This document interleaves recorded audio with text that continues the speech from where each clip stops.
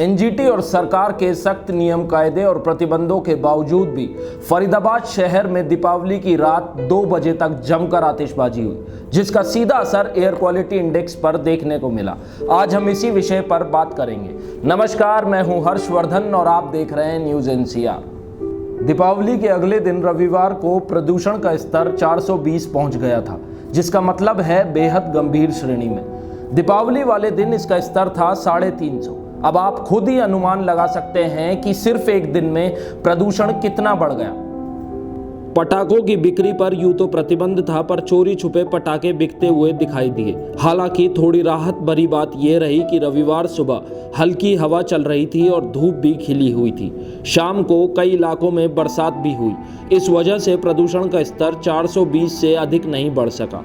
वर्ष 2019 में 27 अक्टूबर को दिवाली की दोपहर PM यानी कि अति सूक्ष्म कण 2.5 की मात्रा 313 थी, मगर अगले दिन यानी 28 अक्टूबर को यह 340 दर्ज की गई थी और अधिकतम मात्रा 576 तक पहुंच गई थी।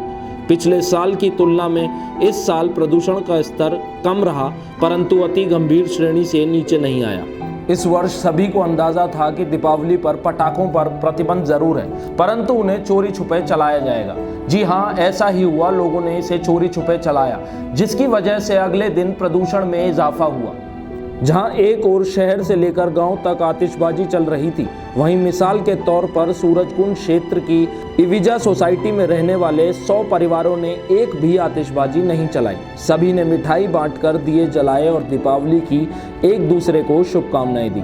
सोसाइटी के लोगों का मानना था प्रदूषण का स्तर बढ़ा हुआ है, इसीलिए सभी परिवारों ने इसका बखूबी पालन किया। नेशनल ग्रीन ट्रिब्यूनल की तरफ से दिल्ली NCR में पटाखों को बेचने और खरीदने पर पूर्ण प्रतिबंध था, जिसे पुलिस पूर्ण रूप से लागू नहीं कर पाई।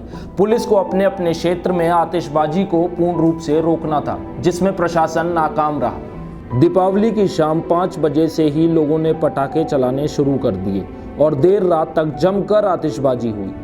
ग्रेटर फरीदाबाद के वर्ल्ड स्ट्रीट में युवाओं ने कारों की छत पर स्काई शॉट रखकर पटाखे चलाए। लगभग सभी बाजारों में दुकानों के बाहर पटाखे खुलेआम बिकते नजर आए। इसके बावजूद पुलिस की तरफ से कोई खासी कार्रवाई नहीं की गई। पूरे शहर में पटाखों के केवल 8 से 10 केस दर्ज कर पुलिस ने खानापूर्ति की। हमारे शहर फरीदाबाद के युवाओं ने अपने मनोरंजन के आगे किसी की सुध नहीं ली। इसीलिए धुएं और प्रदूषण के कारण वृद्ध लोगों को अब सांस लेने में खासी दिक्कत का सामना करना पड़ रहा है। अंत हमें याद रखना चाहिए कि हमारा मजाक किसी की सजा ना बन जाए। आज की इस रिपोर्ट में बस इतना ही। देखते रहें न्यूज़ NCR।